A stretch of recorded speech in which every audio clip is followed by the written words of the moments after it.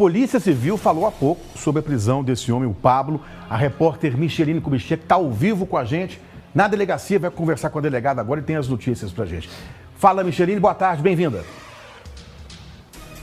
Olá, Lair, boa tarde para você, para todo mundo que acompanha a gente aqui no Balança. É isso mesmo, Lair, a coletiva ela terminou agora há pouco. A doutora Tereza Damasceno, que está à frente das investigações, ela trouxe detalhes e a conclusão das investigações que começaram tão logo a Jennifer acionou a polícia ainda no mês de fevereiro. Doutora Tereza, ela está aqui com a gente. Boa tarde, doutora. A vítima ela ficou internada por um bom período, mas ainda no hospital ela conseguiu contatar vocês, né? Como que foi? Bom, os fatos se deram no dia 12 de fevereiro. Nesse dia mesmo, ela foi internada, mas somente no dia 24 ela acionou a polícia. Então, logo a Polícia Civil tomou conhecimento dos fatos, as providências já foram adotadas. Mas ela teve alta só no dia 3 de março. Agora, Lair, é importante a gente dizer esse espaço de tempo entre o dia 12 de fevereiro e o dia 24, quando ela aciona a polícia, esse gargalo, doutor, é porque ela estava impossibilitada, ela não conseguia sequer conversar nesse período de tempo, né? O que chegou ao nosso conhecimento, o que a gente apurou, é que ela estava se sentindo mesmo acuada, ameaçada, e por isso ela não relatou os fatos. Agora, com relação às lesões que ela sofreu nessa queda, foram múltiplas também, não é isso? Ela sofreu lesões nos braços, nas duas pernas e na bacia. Agora, Lair, a polícia concluiu que houve, sim, a tentativa de feminicídio. O Pablo, ele se entregou ontem, como a gente viu, né, doutora?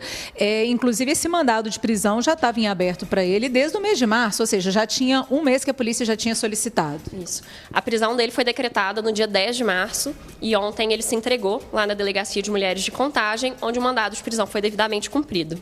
A gente acabou de ver aí, Lair, na matéria da Gisele Ferreira, ele chegou, não quis muito papo ali, não quis conversar, não quis dar a versão dele, mas com a polícia ele conversou por mais de 3 horas. E o que ele fala nesse depoimento, doutora?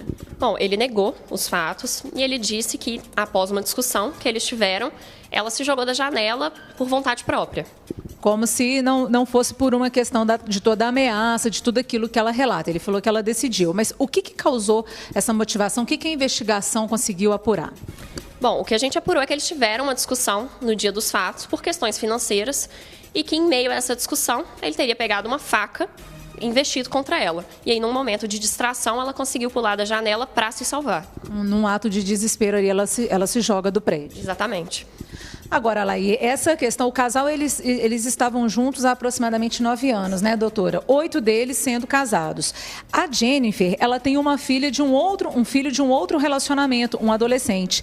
O pai do Pablo, ele chegou a apresentar um vídeo em que teria algum indício ali de agressão, mas esse vídeo, doutora, ele não foi nem considerado na investigação, né? Esse vídeo é do ano passado e não diz respeito aos fatos que estão sendo apurados, por isso não foi levado em consideração nas investigações. Não tem nada a ver com a história dos dois. Não, nada a ver. A família também apresentou alguns áudios em que ela, ainda no hospital, teria feito algum tipo de agradecimento pelo Pablo ter estado com ela naquele momento e que também estaria entrando em contradição com a afirmação dela de que ela não tinha acesso a telefone no hospital, alguns vídeos que ela grava dizendo do estado de saúde. Esse material, ele chega a comprovar algum tipo de inocência do Pablo? A polícia considerou isso também? O que esse material nos mostra é que, ainda no hospital, ela não conseguiu expor os fatos, nem para a família, nem para a polícia, porque ela estava se sentindo ameaçada, ela estava se sentindo acuada. Foi isso que a gente concluiu. Esse relacionamento deles já era marcado por questões de violência, né, doutora? Mas ela já tinha medida protetiva? Não, ela não tinha. A Jennifer nos relatou alguns episódios anteriores de violência que teriam ocorrido, mas que ela não levou a conhecimento da polícia. Por isso que não existia nenhum registro formal de violências contra ela.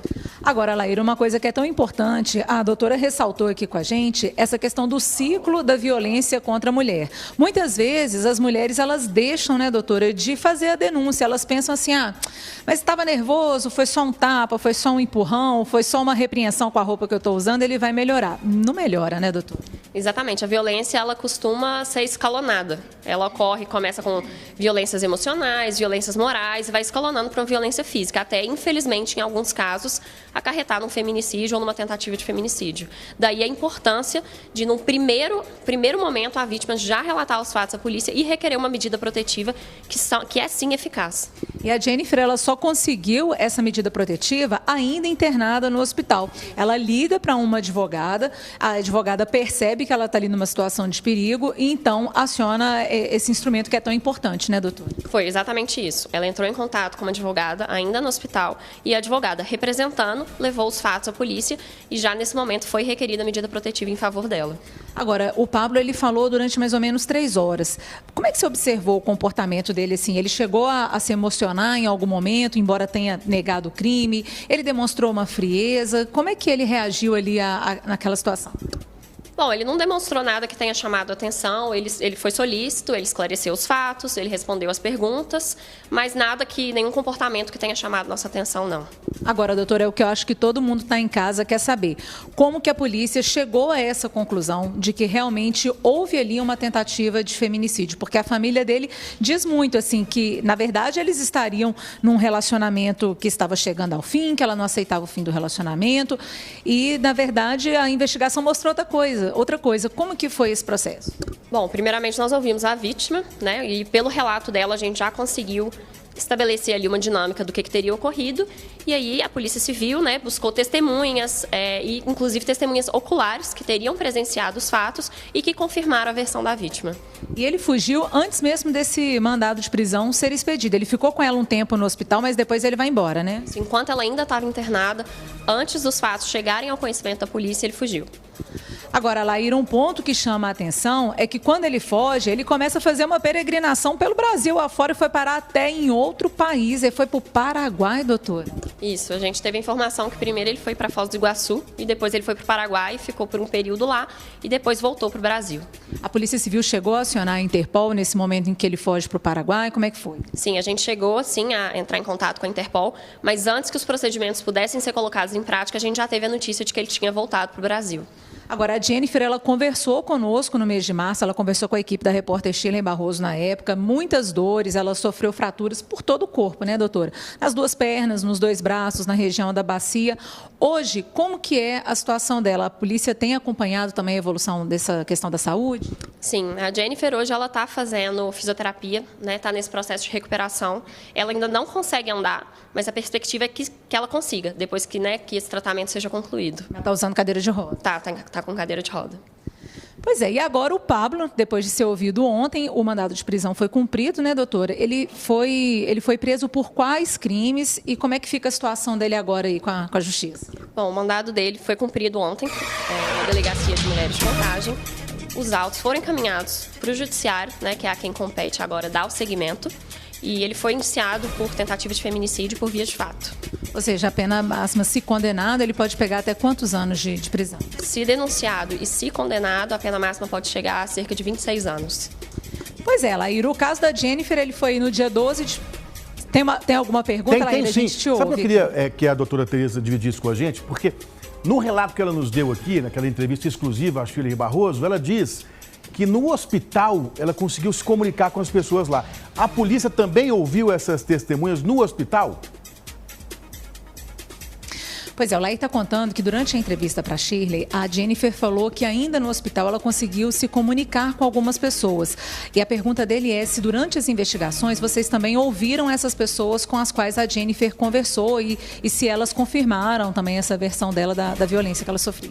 Sim, a gente teve contato com testemunhas que confirmaram, inclusive que no primeiro momento ela não relatou o que havia ocorrido e só depois, quando ela se sentiu segura, que ela narrou os fatos. É justamente por isso, Laí, que os áudios que o pai do Pablo até mostrou pra gente ontem, né, colegas da imprensa que estavam lá na delegacia, tem uma fala da Jennifer dizendo assim, eu até quero agradecer ao Pablo por toda a ajuda, mas a doutora disse que, na verdade, essa fala é uma fala sob intimidação, porque ele ficou ali com ela no hospital, mas naquele momento ela ainda se sentia acuada, ela estava intimidada e até possivelmente ameaçada, né, doutora? Exatamente, foi esse temor que levou ela, né, levar um tempo para conseguir narrar o que tinha ocorrido e pedir ajuda.